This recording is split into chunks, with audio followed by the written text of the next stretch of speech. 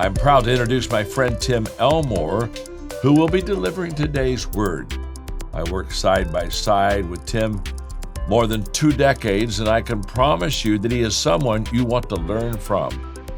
Tim went on to found Growing Leaders, and today we are excited to have him as a Maxwell Leadership Thought Leader.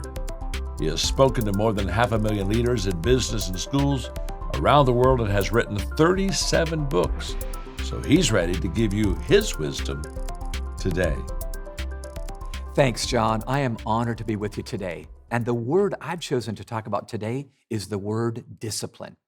Now, I like to teach leadership through images, and one of our images is called the discipline bridge. You see it there.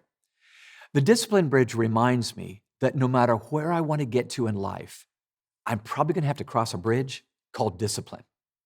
I remember early on, John Maxwell hired me to serve on his staff 40 years ago, right out of college. And I remember John modeled this so well for me.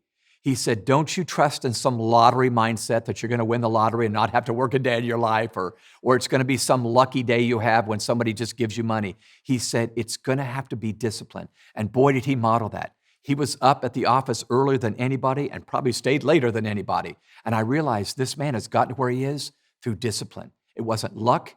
It wasn't hoping that somebody else is going to do it for him. It was discipline. Now think about that. This bridge that we're calling discipline, it takes a while to build it. It's not always fun. But if you stop and think about it, once you build this bridge, it makes traveling back and forth easier. You remember when you first learned to drive a car, maybe drive a stick shift? I remember thinking, I'll never learn to do this. The steering wheel, the clutch, the accelerator, the brake, the gear shift. But now I've crossed discipline bridge in driving. Now I can do it without even thinking about it. And I'm telling you, once we get this discipline thing down, it's going to brilliantly work for us, and we can cross it in other areas of our life. So, as every good coach says, fall in love with the process. Fall in love with the bridge called discipline.